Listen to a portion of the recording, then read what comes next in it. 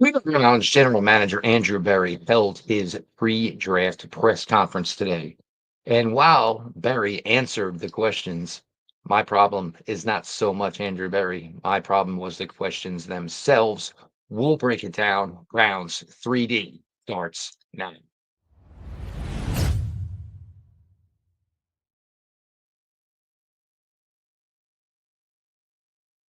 Welcome back, my friends, to the show that never ends. Your daily delivery of all things Dog Pound Browns 3D on the OBR is brought to you by State Sharpening Mower Sales and Service. I am your host, Jeff Lloyd. Again, we appreciate everybody. It's been a long 4-month run, 1 week to go from the end of the Cleveland Browns season to the beginning of free agency, the Myles Garrett saga. Obviously, everything draft related. We have had you covered, and you've all been along for the ride with us. Appreciate everybody for reading the written content each and every day. Everybody comes out to the OBR streaming network every night, starting with Browns 3D. You will have all eyes on Cleveland after us. Make sure you subscribe, of course, to the OBR on YouTube and the OBR over on Twitch. So Andrew Berry, it was about 10:15, took to the podium today for the pre-draft press conference. And my biggest issue, I think, with all of this is the Cleveland Browns have 10 selections in this draft.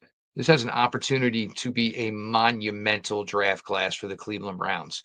Unfortunately, it was all centered around one pick, and even more so, pretty much all centered around one player.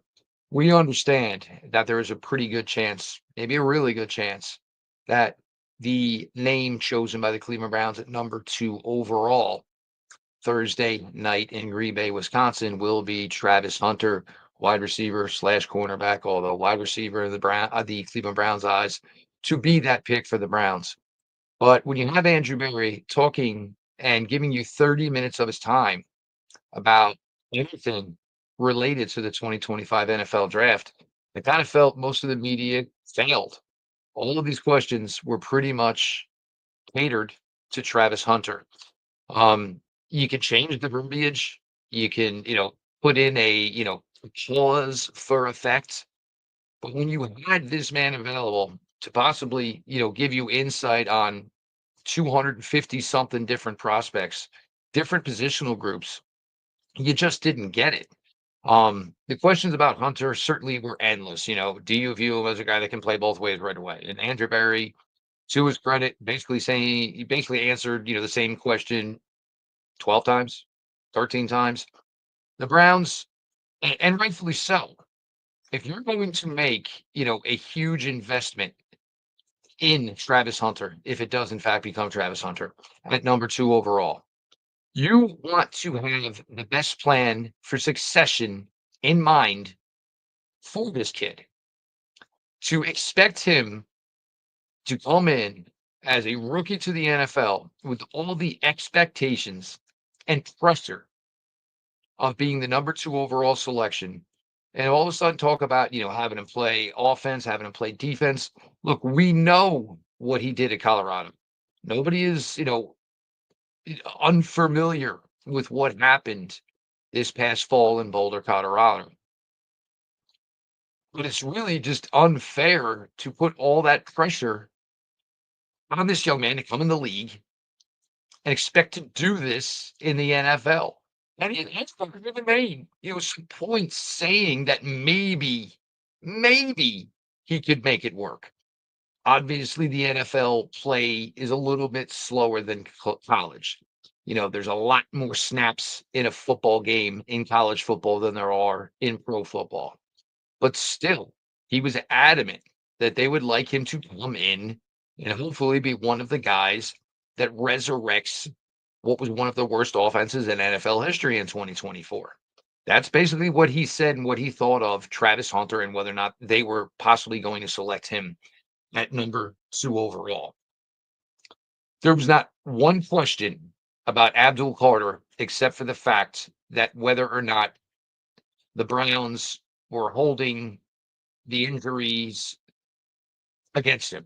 Andrew Berry vehemently, flat out said no. Not anybody else asked about Abdul Carter. There was no other questions about Abdul Carter. Certain media members still trying to, resuscitate the dead draft stock of Shador Sanders. Absolute waste of time. Absolutely waste of time. There was certainly talk about Jackson Dart and Jalen Milroe. And now I've said now for a couple of days, whenever the Browns do it too, a few years from now, the quarterback that they bring in, whether it is a Shador Sanders late in round one, or maybe even round two, or Jalen Milroe or Jackson Dart late in round one or in round two, in 2 years from now, if the league and the football world is talking about the quarterback the Browns selected either late in first round or in the second round is the talk of the Cleveland Browns, then the Browns would have most likely absolutely crushed this 2025 draft. If you could possibly get a quarterback that ends up being your guy late in the first round or in the second round, it's just absolutely a huge, huge victory. Certainly Barry, brought up and, spoke pretty highly of the relationship between new Cleveland Browns offense coordinator Tommy Rees and Jalen Milroe. The connection obviously is there. Jalen Milroe's best season down in Tuscaloosa was 2023 while he was playing for Tommy Rees. Spoke about the mobility. Mentioned that he's probably even faster than Lamar Jackson. Jokingly said, please don't tell Lamar Jackson I said that, which I thought was, I think it kind of went over everybody's heads. And, but it was actually, in my opinion, kind of stealthily done by general manager Andrew Berry. Spoke well of Jackson Dart, his accuracy, his throwing ability, the fact that his mobility is something that actually is a asset for Jackson Dart. He said those things about Jackson Dart. He said those things about Jalen Milroe as well. Notice that was not one thing mentioned in regards to quarterback Shador Sanders. But in what may be the greatest running back class, maybe, and it could go down as the greatest running back class in the history of the NFL draft, but one question was asked. Not one. They asked about Jeremiah Owusu-Koramoah. The only thing we got from Andrew Berry is, there's some improvement. Nothing more concrete. So here it is again. What was it? 2 weeks, 3 weeks later. And essentially the update on Jeremiah Owusu-Koramoah is that there is no update. How do we take it? I don't know. Do we hope we have Jeremiah Owusu-Koramoah come the fall? Absolutely. We certainly do. But we're just going to obviously have to take that as it comes. Now, another thing, we got, hey, Mr. Berry, we're 1 week away from the draft.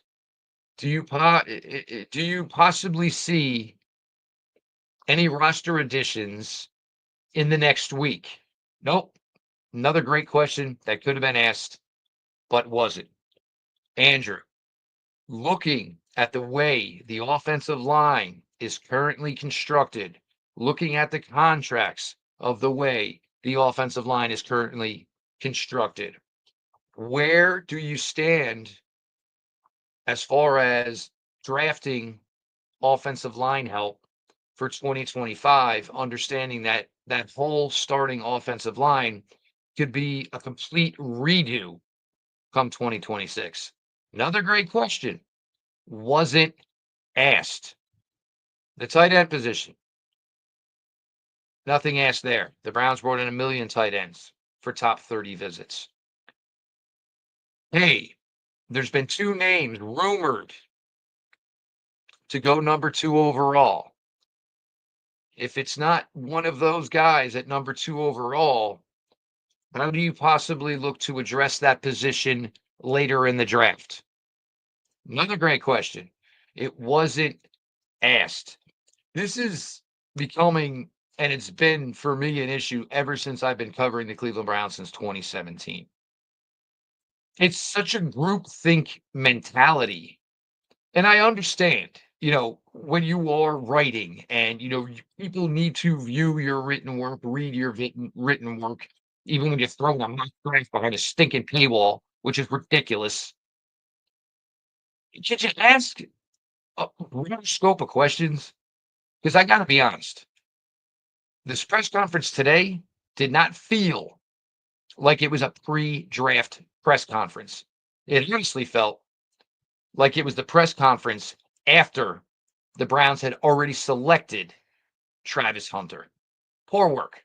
Poor work by the Cleveland Browns media. We'll continue here your latest Browns 3D. And as always, we appreciate you all for being along for the ride with us. We've had the relationship now through the offseason and draft season with State Sharpening Mower Sales and Service in Broadview Heights. If you are local to the Cleveland area, they are your one-stop shop for all things lawn equipment. Is there anything worse than missing the Browns games because you've got lawn chores to do? State has the best lineup of new Cub Cadet mowers to cut your mowing time down, as well as genuine parts and expert factory technicians to get your existing mower back into peak shape. Whether you are on the market for the state-of-the-art Ultima Zero Turn market or the Top Dog Enduro Series tractor, Let's Stay Sharpening and Cub Cadet help you keep your weekend yours. Veteran owned, the Kane family are lifetime Clevelanders. They are lifetime Browns fans and proud supporters of all of us here at the OBR. Again, if you are local to Cleveland, State Sharpening Mower Sales and Service in Broadview Heights is your hometown team for all your lawn equipment needs. All their info is at statesharp.com. That is STATESHARP.com. Browns 3D rolls on here on the OBR. Your host, Jeff Lloyd. Of course, we appreciate you all for all the support here for the OBR as a whole, whether it's the written content or, of course, the OBR streaming network. Make sure you subscribe to the OBR on YouTube and, of course, the OBR over on Twitch. So you've gotten my thoughts here. And again, I really, really was disappointed. There were a lot of things that could have been asked that weren't, and it was just so focused on just one player. Because, the Cleveland Browns are one player away. Again, just aggravated about that. And Andrew Berry gives up 30 minutes of his time. And, us as fans, people that follow this team loyally, we got nothing out of it, man. We've just gotten nothing. And it's, again, just frustrating as a whole. As we look at this, and we're getting closer and closer, and the nicer weather's in the air. And I don't give a damn. I ain't gonna lie to you. I'll worry about the nicer weather after next weekend, and hopefully I'm feeling a whole lot better about this franchise and where they currently stand. Then you kind of look at like what are the areas of importance, and of course I mean positionally for the Browns within this draft class. And without a doubt, number one, numero uno, is quarterback, and there's no way around it. And I remember it was probably around December, and after Deshaun went down, and everything about the Browns quarterback position, and the people, well, the Browns need to get lucky. You need to find some way to luck into a quarterback. Like a Brock Purdy situation. The Deshaun thing is done. It's over. It's dead. And it all worked, right? The Browns ended up selecting number 2 overall. The Browns could have manipulated the salary cap if they needed to accommodate. It just never worked out. But it doesn't change the fact that quarterback is still the most important thing for this team. I honestly believe, and I've said it and I will say it again, I think this is going to be a 2 quarterback approach. One here in 2025 and also again in 2026.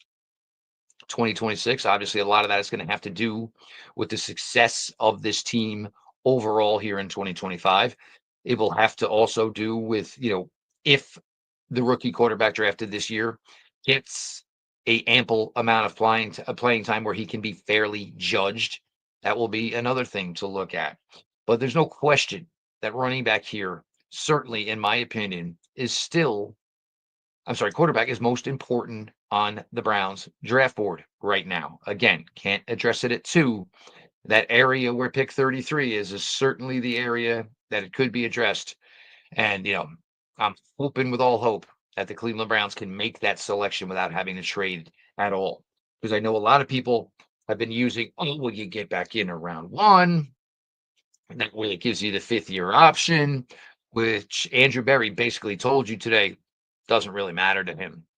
And for those who probably don't understand that, the reason behind that is if you haven't made up your decision after 3 years on your quarterback and choosing to extend him, even if he was drafted in the second round, then most likely he's not your guy. And that's why Andrew Berry's, they just went through this with a player like Jedrick Wills. They picked up the 5th-year option before year 4.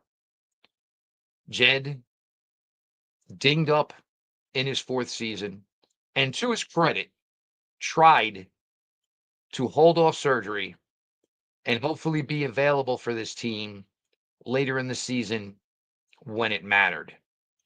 Unfortunately, late December in 2023, the doctor said, look, it's just not getting any better. Nobody's going to clear you to go back on the field. You're going to get the surgery. So now the Browns had already lost him for most of his 4th season, which was 2023, and we're already on the hook for the 5th option for 2024. Started the season late, wasn't good, injured again, whatever it may be. So the Browns paid a boatload of money for Jedrick Wills when they went into 2024, knowing there was no way whatsoever he was going to be back for this team in 2025. So the Browns basically have already gone this 5th-year rookie option and had it kind of blow up in their face. We'll see how it works this year with Greg Newsome. But that was kind of the point behind Andrew Berry telling everybody today, it doesn't matter if he's got the 5th-year option or not. I mean, yeah, it's great. I mean, you get him on a cheaper deal for 5 years. Browns don't care. If he's the guy, I'll come. If he's the guy, I will extend him as soon as I possibly can. I am willing, super willing, to pay the money to have what I feel is now my franchise quarterback. They already showed us once. Look what they gave Deshaun Watson. So it doesn't matter if Jackson Dart or Jalen Milroe were drafted in round 2. If these guys turn out, either one of them turns out to be the dude, the Browns will gladly write that check. No question about it again. So you look, and again, look, it is quarterback, and it really is. This is the thing.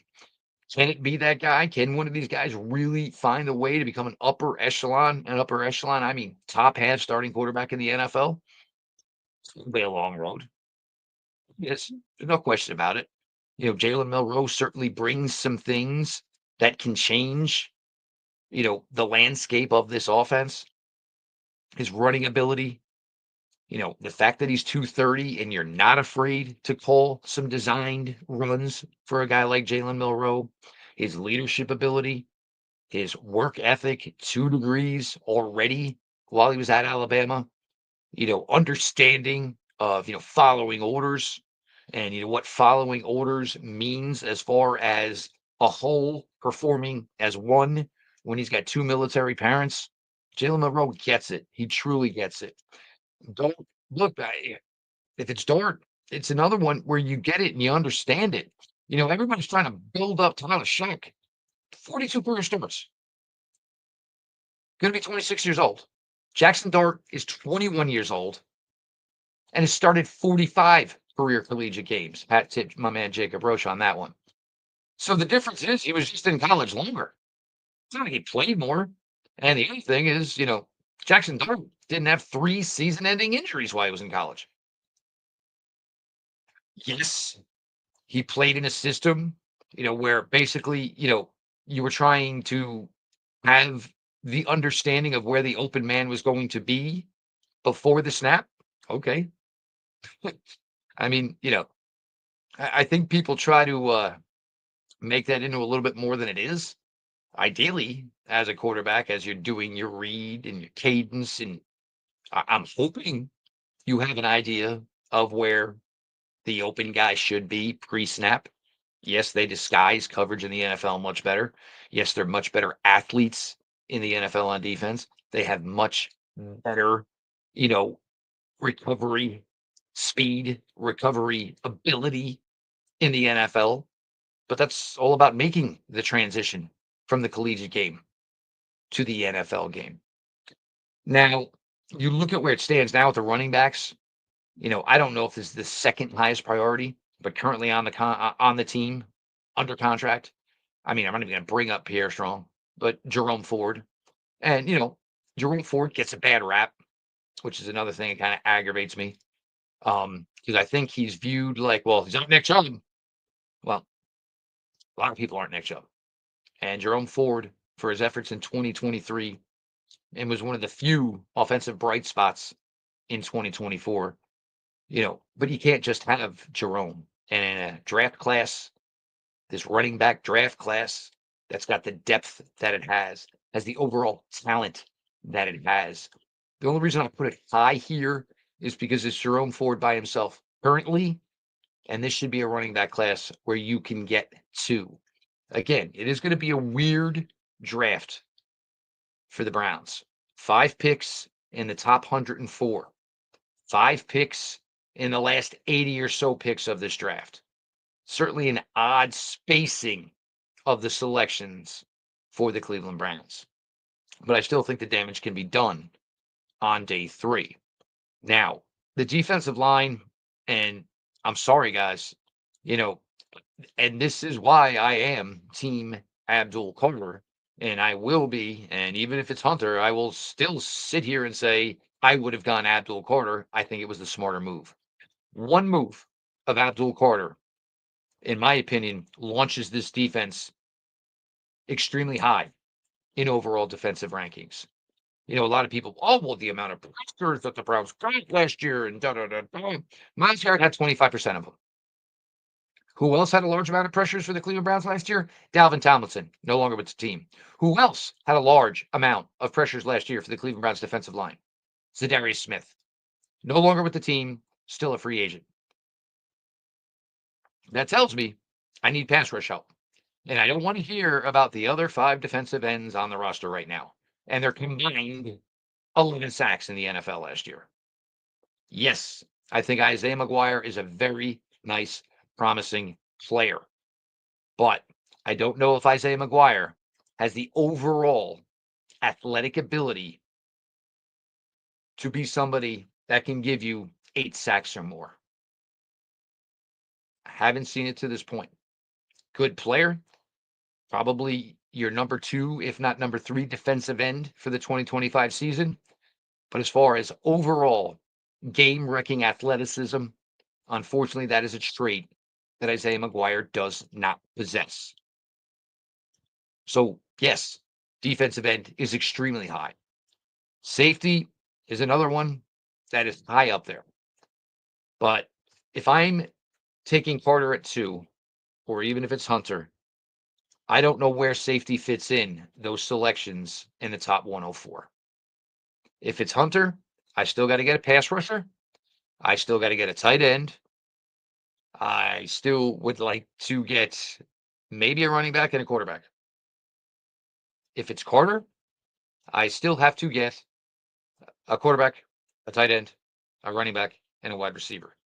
I just don't know how the Browns can draft a safety with one of these 5 selections in the top 104. And it don't, you're going to repeat some of the luck the Browns have had in the last couple of years, whether it was DeAnthony Bell as an undrafted free agent or Ronnie Hickman as an undrafted free agent. I just don't know that that's something you can just count on replicating year in and year out if you're the Cleveland Browns. The offensive tackle spot, and me and the OBR guys, we were talking about this last night in the Slack channel. I just, if he's not good enough to go in round 1, why am I supposed to believe that if I take a guy at 64, at 67 or 94, is he going to start year 1? Because if he's not going to start year 1, then I don't necessarily know what I'm going to do with him. That's an issue I have. A big issue. If I have to in 2026, knowing there's a huge possibility that I'm recreating the entire offensive line, I'll buy a tackle in free agency and I'll draft another. Will I draft one on day 3? I'll draft an offensive tackle on day 3. But I don't understand using a mid-round pick on an offensive tackle with the assumption that they're going to start. That if they're not going to start from day 1, then I don't need them. I legit need skill players. I need tight end help. I need wide receiver help. I need running back help. Definitely need quarterback. I mean, I just don't know how, the offensive tackle need fits in here. It's just not high enough for me on the priority list right now. So, wide receiver, if it's Hunter at 2, and I said it yesterday, if it's Hunter at 2, you're done. You're not drafting any more wide receivers. Because between Judy, Hunter, Tillman, that should get you, in my opinion, 230, 240 receptions. Throw in David Njoku, there's 300 receptions between the four of them. That's the way it should be. That's the way it should be. And you figure out the rest from there. So there's a lot that has to be done here. And it is great that the Browns have 10 selections. Do they make all 10? I could certainly see a path where they make all 10 of these selections. There's enough holes on this roster. Is it hard to believe they stay at the 10 selections and don't move at all? I mean, this is Andrew Berry we're talking about. I mean, we know Andrew Berry likes to wheel and deal. We know Andrew Berry likes to turn some draft capital into future draft capital. But this could be the year, and I'll be honest, you just sit there and just pluck away. BPA, BPA, BPA, BPA. Take a break for about 4 hours on Saturday. Come back at about I think it's 175 or 179, and BPA, BPA, BPA, BPA, BPA, 10 picks. There's your 2025 NFL draft class for the Cleveland Browns. So there's a lot, going on here in the next week. And, Andrew Berry did mention that, he doesn't think they're finalized yet. Certainly think that could be tongue in cheek. Certainly feels like they have a good grasp on the quarterbacks. Spoke about, the amount of travel that had to be done. And that was weird. The question about travel, well, you had first and second round picks. What were you traveling to go see? Did you want to go break your own heart and go look at all the talent that you weren't going to be able to draft? That was weird. The question about, have you looked at what it would take to possibly trade up from 33 to, I mean, come on. You think the analytic guys don't have 276 different trade value charts? They know exactly. And you know what? They don't even need the charts. They know what the cost is to get from 33 to 28, 26, whatever it may be. I mean, again, that was another one that just absolutely frustrated me, just wasting everybody's time in that regard.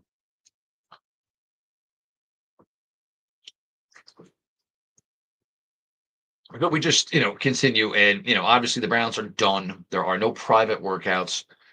Wednesday was the last day to possibly have any top 30 visits. What the New York Giants are doing right now, I have no idea. Why are they putting all these quarterbacks through it again? Again, just makes zero sense to me. Let these kids enjoy the last week of, I want to call it normalcy, but obviously it's not normalcy. But maybe the last week of, freedom, before they become, NFL property, and their lives are devoted to giving everything they can to the franchise that drafts them. I mean, what are the Giants going to call together, a quick, they can drag these guys out of the green room in Green Bay, Wisconsin, and, drag them out to a side field and ask them, I mean, whatever the New York Giants are doing, I have no idea. And if this is, how, much into it they are in the quarterback position, what did you sign both Winston and Russell Wilson for? What did you sign them both for? I mean, the Giants really look like they are mad confused right now. And, you guys can give whatever shots you want at Andrew Berry. When I watched him for 30 minutes today, what I got is he feels like he's on lock. He feels like him and his team are on lock. And I think, and this would have been another great question for Andrew Berry today, is Andrew, from being so limited in the last few years and almost being, spectator to the NFL draft, are there any lessons you learned from that over the last 3 years where maybe you weren't so active in the draft? Would have been a phenomenal question. But no, let's all ask the same questions about Travis Hunter. And if you didn't know, he had two-way ability. And what are we? It just gets so frustrating at times. People don't want to adapt. They don't want to try to be better at their jobs. And those things, unfortunately hurt some of us, because we would like to hear those answers. You as fans would like to hear those answers. Sadly, just not the way it was. We'll be live streaming the entire 2025 NFL draft here on the OBR streaming network. So, if you get tired of the TV coverage or you want some more coverage, we're all going to be around in some point, some way. So, certainly looking forward to that. So, hopefully, you guys, find some time to spend NFL draft weekend here with all of us here at the OBR. Browns 3D on the OBR has been brought to you by State Sharpening Mower Sales and Service.